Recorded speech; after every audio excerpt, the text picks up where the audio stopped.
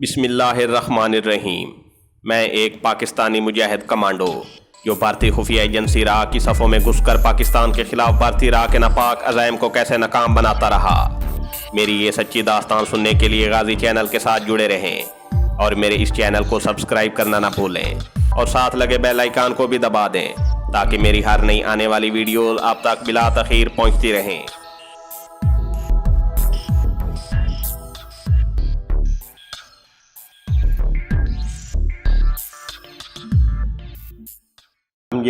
یہ کشمیری مجاہد یہاں ہوٹل میں پکڑا گیا تھا کیا؟ وہ دوڑ کر دروازے کے پاس گیا، ادھر ادھر دیکھا، پھر واپس آ کر کہنے لگا، صاحب جی آپ بھی ہوشیار رہیں، کہیں پولیس آپ کو بھی کشمیری مجاہد سمجھ کر نہ پکڑ لے۔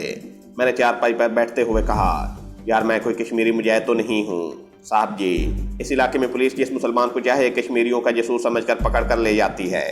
میں نے اس سے پوچھا، جو کشمیری کمانڈو پکڑا گیا ہے اس کا نام کیا تھا؟ اس نے ہوٹل میں رجسٹر میں نام تو ضرور لکھوایا ہوگا۔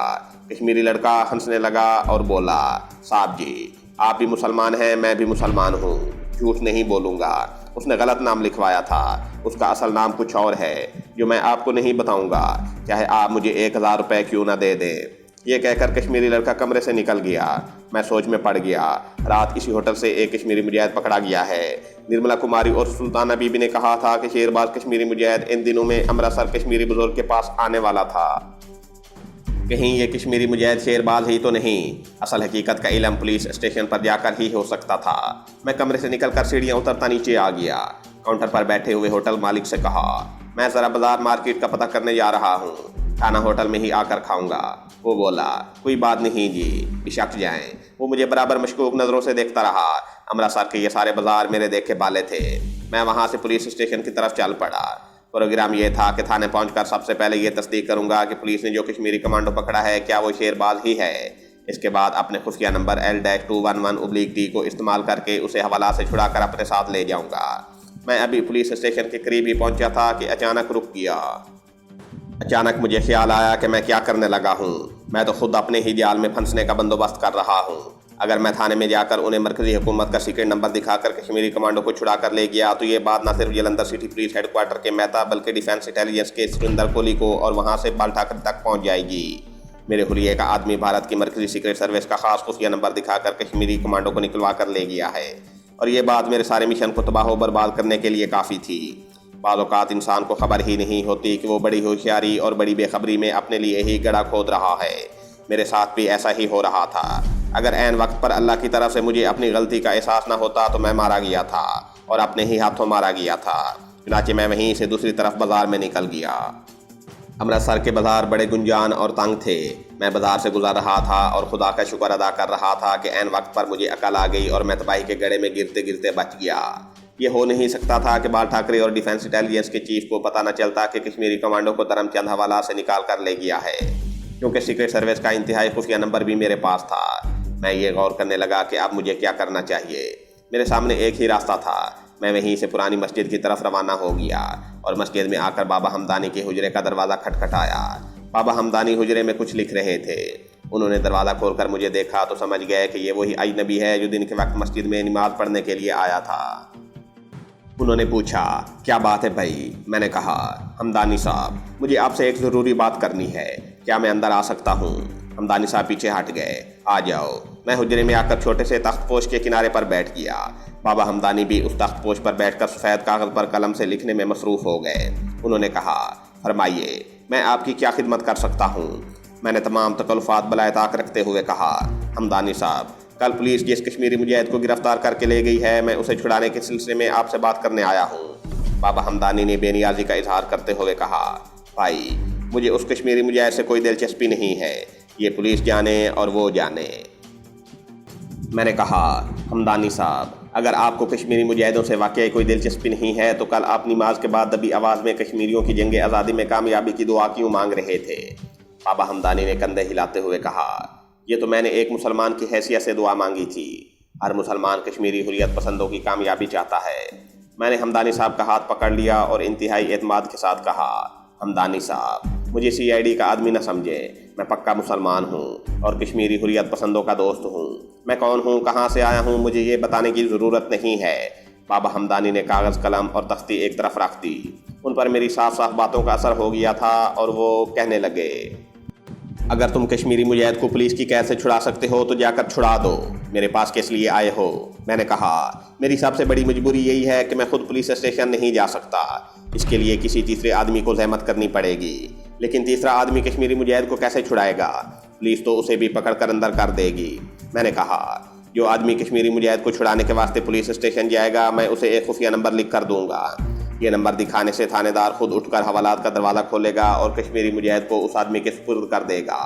اگر آپ کو یقین نہیں آتا تو آزما کر دیکھ لیجئے، وہ خفیہ نمبر کیا کوئی طلسمی نمبر ہے، بس اسے طلسمی نمبر ہی سمجھے، بلکہ اس کا اثر طلسم سے بھی بڑھ کر ہوگا، آپ خود دیکھ لیں گے۔ مجھے کوئی ایسا بھروسے کا آدمی دے دیں جس کو خفیہ نمبر دے کر میں پولیس اسٹیشن کی طرف روانہ کر دوں۔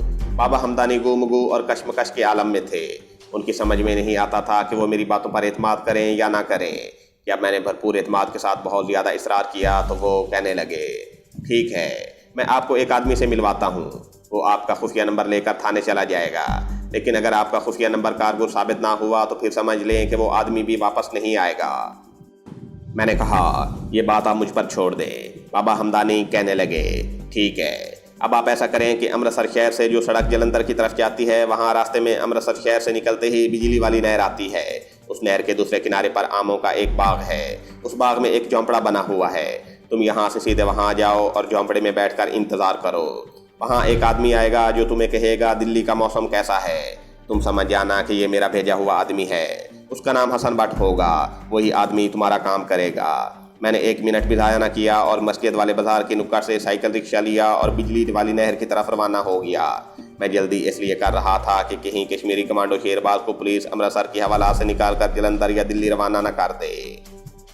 میں نہر پر پہنچ گیا، وہاں آموں کا باغ دور ہی سے نظر آ گیا، اس باغ میں ایک جھونپڑا تھا، کیونکہ آموں کا موسم نہیں تھا اس لیے جھونپڑا خالی پڑا تھا اور باغ بھی خالی خالی تھا۔ میں جھونپڑے میں بیٹھ کر حسن بٹ کا انتظار کرنے لگا۔ کوئی 10-15 منٹ کے بعد مجھے درختوں میں سے ایک آدمی جھونپڑے کی طرف آتا دکھائی دیا، وہ جھونپڑے میں آ کر بیٹھ گیا اور بولا، دلی کا موسم کیسا ہے؟ میں نے پوچھا، تمہارا نام کیا ہے؟ حسن بٹ، اس نے جواب دیا۔ تب میں نے اسے ساری بات اچھی طرح سمجھا دی۔ آدمی سمجھدار تھا اور پڑھا لکھا بھی تھا اور کشمیری کمانڈو کے ساتھ کام بھی کر چکا تھا، اسے پہلے ہی سے معلوم تھا کہ سینٹرل خفیہ پولیس کا ایک خاص نمبر ہوتا ہے جس کو دیکھ کر پرائم منسٹر ہاؤس کے دروازے بھی کھل جاتے ہیں۔ میں نے اسے کاغذ پر خفیہ نمبر لکھ کر دیا اور کہا، یہ نمبر صرف تھانے کے SHO کو دکھانا ہے، اس کو دینا بالکل نہیں ہے۔ حسن بٹ بولا، مجھے معلوم ہے، تم فکر نہ کرو، اگر یہ نمبر واقعی انڈیا کی سینٹرل انٹیلیجنس کا خاص نمبر ہے تو میں کمانڈو شیرباز کو لے کر اسی جگہ پہنچ جاؤں گا۔ میں نے اس سے پوچھا، کیا تمہیں یقین ہے کہ اس کشمیری کمانڈو کا نام شیرباز ہی ہے؟ حسن بٹ نے کہا، بالکل شیرباز ہی ہے جناب، اس کی گرفتاری کے لیے تو پولیس نے بہت بڑے انعام کا اعلان کر رکھا ہے، مگر میں اسے لے کر یہاں نہیں آؤں گا، بلکہ اسے ایک دوسری خفیہ جگہ پر لے جاؤں گا، آپ اسی جگہ رہیں، میں یہاں آ کر آپ کو بھی لے جاؤں گا۔ میں نے اسے تاکید کی کہ اس بات کا خیال رکھنا کہ تمہارے پیچھے خفیہ پولیس نہ لگ جائے۔ حسن بٹ نے ایک ایسی بات کہی جس سے میں بھی تھوڑا سا شرمندہ ہو گیا۔ وہ کہنے لگا، سر آپ کو یہ طلسمی نمبر تو کہیں سے ہاتھ لگ گیا ہے، مگر آپ کو یہ معلوم نہیں کہ اس کی طاقت کس قدر ہے۔ اس نمبر کو دکھا کر اگر کوئی شخص کسی قاتل کو بھی پھانسی کی کوٹڑی سے نکلوا کر لے جاتا ہے تو خفیہ پولیس کی ضرورت نہیں کہ وہ پیچھا کرے، کیونکہ اس نمبر کا مطلب ہی یہی ہوتا ہے کہ اس آدمی کو سینٹرل گورنمنٹ کی انٹیلیجنس کی ضرورت ہے، اور کوئی خفیہ سروس کا آدمی اس نمبر والے خفیہ سروس والے کا پیچھا نہیں کر سکتا۔ اگر پتہ چل جائے تو پیچھا کرنے والے کو نہ صرف نوکری سے ہاتھ دھونا پڑے گا بلکہ اسے 5 سال کی سزا بھی ہو سکتی ہے۔ یہ ایک نیا انکشاف تھا۔ بہرحال میں نے حسن بٹ کو مزید ہدایات دے کر رخصت کر دیا۔ اس کے بعد میں کچھ دیر جھونپڑے کے اندر ہی بیٹھا رہا، پھر باہر درختوں میں آ کر ٹہلنے لگا۔ سارا علاقہ خالی تھا، نہر کنارے ایک سکھ گائے بھینسوں کو لے کر چلا جا رہا تھا۔ جب وہ دور نکل گیا تو میں نہر کے پاس آ کر بیٹھ گیا۔ میں نے بڑی تیز نگاہوں سے ارد گرد کا جائزہ لیا، وہاں مجھے کوئی مشتبہ آدمی نظر نہ آیا۔ کوئی 1.5 گھنٹے بعد نہر کے پل پر ایک سائیکل رکشہ چلا آ رہا تھا۔ میں جلدی سے جھونپڑے میں آ کر بیٹھ گیا۔ رکشہ پل کی ایک جانب رک گیا، اس میں سے حسن بٹ باہر نکلا اور رکشے والے کو پیسے دینے کے بعد جھونپڑے کی طرف آنے لگا۔ میرا دل دھڑک رہا تھا، خدا کرے کہ یہ آدمی کمانڈو شیرباز کو حوالہ سے نکلوانے میں کامیاب ہو گیا ہو۔ جب وہ جھونپڑے میں آ گیا تو میں نے بے تابی سے پوچھا، مشن کامیاب رہا حسن بٹ؟ کامیاب کیسے نہ ہوتا سر، یہ نمبر تو پردھان منتری کو بھی ایک بار اپنی جگہ سے ہلا دیتا ہے۔ میں نے SHO کو یہ نمبر دکھا کر کہا، میں کیندری انٹیلیجنس کی طرف سے آیا ہوں، کمانڈو شیرباز سے کیندری انٹیلیجنس نے ایک خاص کام لینا ہے، اس کے لیے اسے دلی طلب کیا گیا ہے اور میں اسے لینے کے لیے آیا ہوں۔ SHO سکھ تھا۔ سیکرٹ سروس کا نمبر دے کر وہ اپنی جگہ سے فوراً اٹھ کھڑا ہوا اور بولا، مہاراج آپ اکیلے ہی اسے لے جائیں گے یا میں پولیس گارڈ ساتھ کر دوں؟ میں نے کہا، اس کی ضرورت نہیں ہے، آپ صرف اتنا کریں کہ ہمیں پولیس وین کے ذریعے ریلوے اسٹیشن تک پہنچا دیں، وہاں ہماری سینٹرل گورنمنٹ کے مسلح خفیہ پولیس ہمارا انتظار کر رہی ہے۔ چنانچہ میں نے کمانڈو شیرباز کو جب حوالہ سے نکلوایا تو اس نے مجھے دیکھا اور سمجھ گیا کہ اس کی رہائی کے لیے جال بچھایا گیا ہے۔ میں نے بھی اسے آنکھ مار کر بتا دیا تھا کہ سب ٹھیک ہے۔ میں نے اسے پولیس وین میں بٹھا دیا۔ پولیس وین اسٹیشن پر آ کر رکی تو میں نے کمانڈو شیرباز کو وین سے باہر نکالا۔ شیرباز کو الٹی ہتھکڑی لگی ہوئی تھی۔ پولیس کو میں نے واپس بھیج دیا اور کمانڈو شیرباز کو لے کر اسٹیشن میں داخل ہو گیا۔ تب میں نے اسے بتایا کہ یہ سارا ڈرامہ تمہاری رہائی کے واسطے رچایا گیا تھا۔ میں نے پوچھا، اب وہ کہاں ہے؟ میرے ساتھ چلو، وہ جہاں ہے میں تمہیں وہاں لیے چلتا ہوں۔ کمانڈو شیرباز امرتسر ریلوے اسٹیشن کے جنوب کی جانب ریلوے لائن کے پاس امرودوں کے باغ میں بیٹھا ہمارا انتظار کر رہا تھا۔ حسن بٹ نے اس کی ہتھکڑی کھول دی تھی۔ میں نے کمانڈو شیرباز کو دیکھا کہ ایک خوش شکل، دراز قد اور سرخ و سفید کشمیری نوجوان ہے۔ آنکھوں میں غضب کی چمک ہے جیسے بجلیاں چمک رہی ہوں۔ اس وقت پرانی شلوار قمیض میں تھا، اوپر مٹیالے رنگ کی جرسی پہن رکھی تھی۔ سیاہ گھنگریالے بالوں کی ایک لٹ ماتھے پر آئی ہوئی تھی۔ کمانڈو شیرباز نے میری طرف اپنی چمکیلی آنکھیں اٹھا کر دیکھا، پھر پوچھا، تم کون ہو اور یہ سارا ڈرامہ تم نے کس لیے کھیلا ہے؟ مجھے تم بھی بھارت سرکار کے 2D خفیہ پولیس والے لگتے ہو۔ میں نے اس کے قریب بیٹھتے ہوئے کہا، اگر میں پولیس کا آدمی ہوتا تو تمہیں پولیس کی قید سے نکالنے کی مجھے کیا ضرورت تھی؟ پھر تم نے مجھ پر یہ عنایت کیوں کی ہے؟ ہم تو اپنی جان کا سودا کر کے کشمیر کی آزادی کے لیے جنگ لڑ رہے ہیں، تم کہاں سے بیچ میں آ گئے ہو؟ تمہارا نام کیا ہے؟ میں نے کہا، کمانڈو شیرباز۔ ابھی میں تمہیں صرف اتنا ہی بتا سکتا ہوں کہ میں مسلمان ہوں اور تمہیں دشمن کی قید سے آزاد کروانے کے لیے یہاں آیا تھا۔ مگر تمہارے پاس سینٹرل انٹیلیجنس کا خفیہ نمبر کہاں سے آ گیا؟ یہ تو مرکزی انٹیلیجنس سیکرٹ ایجنسیوں کے پاس ہی ہوتا ہے۔ یقیناً تمہارا تعلق بھی بھارت کی انٹیلیجنس سے ہے۔ حسن بٹ ہمارے مکالمے بڑے غور اور دلچسپی سے سن رہا تھا۔ میں نے کہا، شیرباز، اس بات کو تم ضرور تسلیم کرو گے کہ میں تمہیں گرفتار نہیں بلکہ پولیس کی قید سے رہا کروا چکا ہوں۔ اس اعتبار سے میں تمہارا خیر خواہ ثابت ہوتا ہوں۔ باقی ساری باتیں میں تمہیں یہاں سے لے جانے کے بعد بتاؤں گا۔ شیرباز نے مجھ سے پوچھا، تم مجھے کہاں لے جانا چاہتے ہو؟ میں نے اچانک کہہ دیا، فی الحال تمہیں سلطانہ بی بی کے پاس لے کر جا رہا ہوں، جس سے تم نے وعدہ کیا تھا کہ تم اسے اس کے گاؤں بڈگام پہنچا دو گے۔ سلطانہ بی بی کا نام سن کر کمانڈو شیرباز چونک پڑا اور بولا، کیا تم سلطانہ بی بی کو جانتے ہو؟ وہ تمہیں کہاں ملی تھی؟ میں اسی کی طرف جلندر جا رہا تھا کہ امرتسر میں پکڑا گیا۔ میں نے مسکراتے ہوئے کہا، بس سب سے پہلے تو ہم سلطانہ بی بی کے پاس جائیں گے، اس کے بعد میں تمہیں بتا دوں گا کہ یہ مرکزی انٹیلیجنس کا خفیہ نمبر میرے پاس کہاں سے آیا ہے۔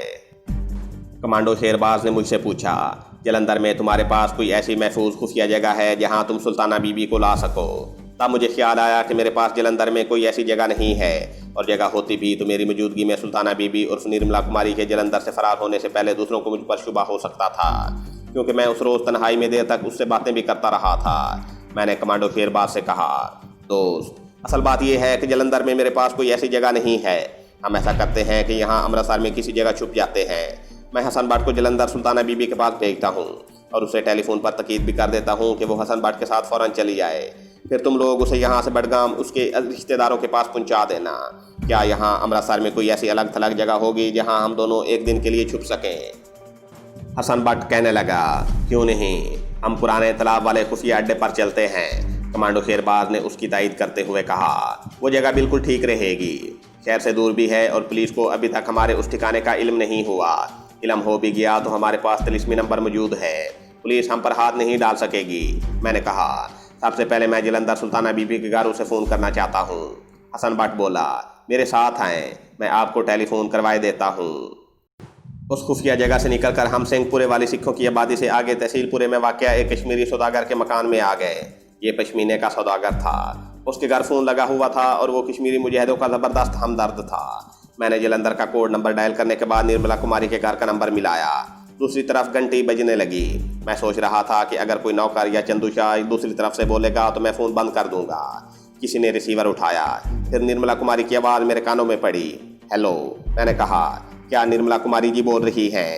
نرملا کماری نے کہا، جی ہاں، آپ کون مہاشے ہیں؟ میں نے کہا، سلطانہ بی بی، میں تمہارا ہمدرد بھائی بول رہا ہوں۔ پھر میں نے اپنا تعارف کروایا اور اس سے کہا،